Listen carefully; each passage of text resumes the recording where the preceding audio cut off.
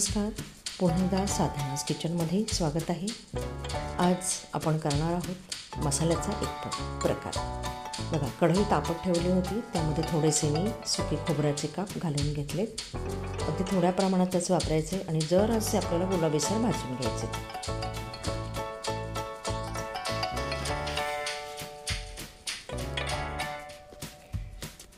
आता हे गुलाबीसर जरा झाले की मग आपल्याला नंतर हे एका डिशमध्ये काढून घ्यायचे. करपवून द्यायचे नाही, एवढीच आपल्याला एका काळजी इथे घ्यायची आहे.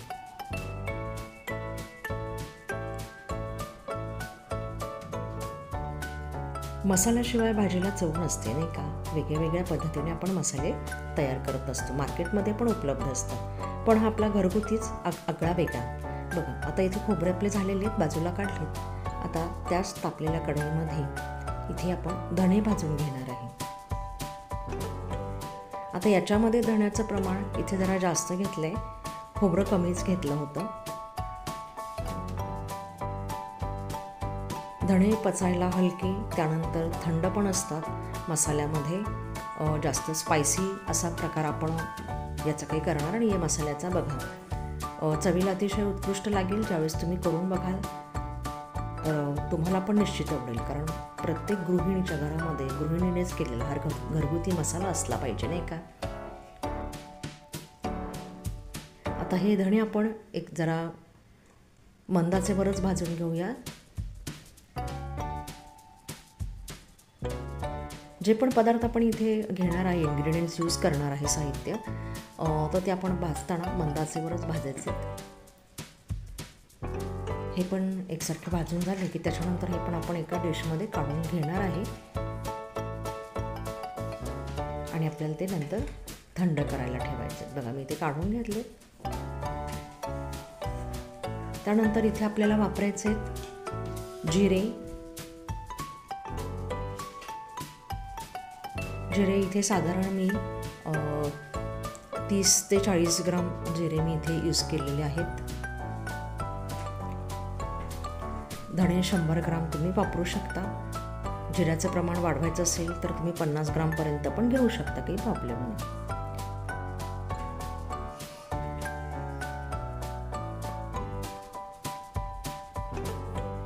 फक्त याच्यातलं मॉइश्चर जावं, काही प्रमाणामध्ये असते, म्हणून आपल्याला हे भाजून घ्यायचे. आणि भाजून घेतल्यामुळे काय म्हणतात त्याला, मसाल्याची ती चव पण छान येते. हे पण आपले भाजून झालेले आहेत.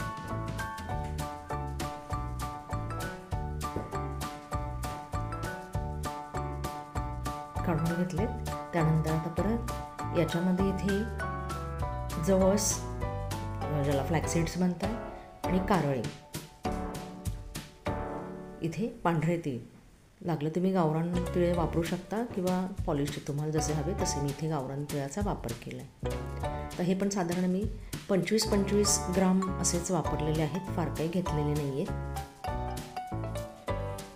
कारण बघा, तीळ पण पौष्टिक आहे. तिळाचं तेल पण आपल्या शरीरामध्ये त्याने जातं.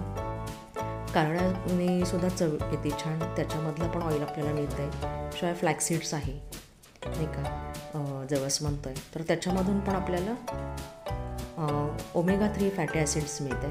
त्यामुळे हे सगळे पौष्टिक आहे. पौष्टिक असा घरगुती मसाला आपल्या इथे तयार होतो आहे.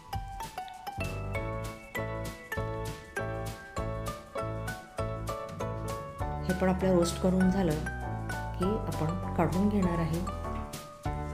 जरा तडतडायला लागले की आपल्याला अंदाज येते. बघा, इथे तडतडते छान, म्हणजे काय की आपले तयार झाले. ते पण काढून घेतलं आहे. आता इथे आपण बडीशेप वापरणार आहे.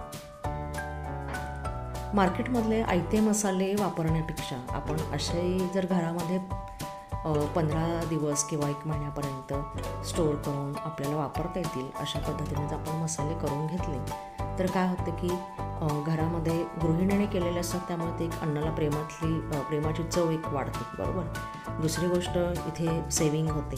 आणि तिसरी गोष्ट म्हणजे चला, आपल्या घरातला मसाला आहे, त्याच्यामुळे भाजी पण अगदी रुचकर होते.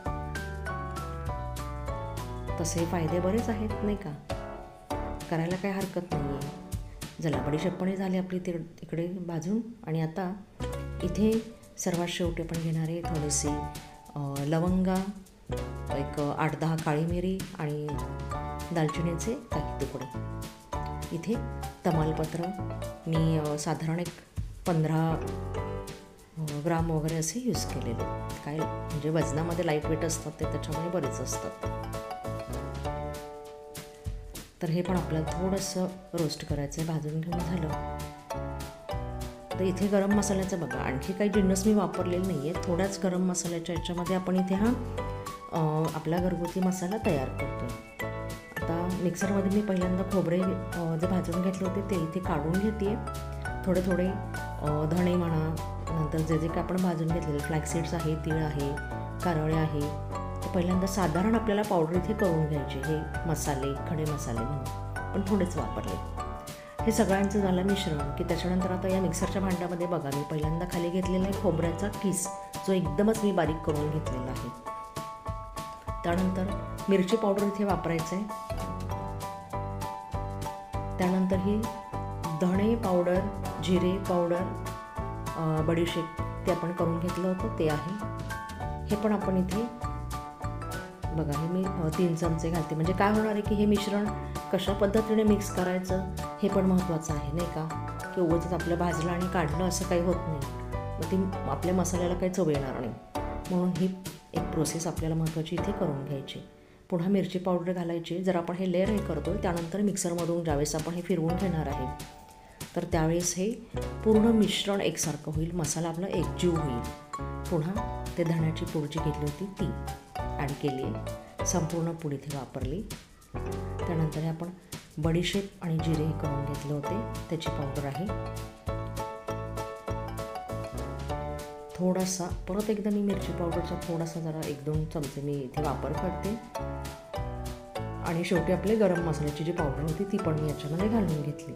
आणि आता इथे मिक्सरमधून आपल्याला ऑन ऑफ करत मध्ये मध्ये जरासं चमच्याने हलवून घ्यायचं आहे आणि एकजीव करून असा आपल्याला इथे मसाला तयार करून घ्यायचा. आता याच्यामध्ये आपण मिठाचा वापर हा कुठेच केलेला नाही आहे. तर आयत्या वेळी धणे पूड वापर, जिरे पूड वापर किंवा खोबरं किसून घाल, तर असं काही कुठं करण्यापेक्षा हे झटपट होणारा आहे मसाला. तुम्ही करून बघा. तर कमेंट करून मला सांगा, लाईक करा, शेअर करा आणि सबस्क्राईब करायला मुळीच विसरू नका आपल्या लाडक्या साधना किचनला. तर तुम्ही करा आणि मला सांगा आवर्जून. धन्यवाद.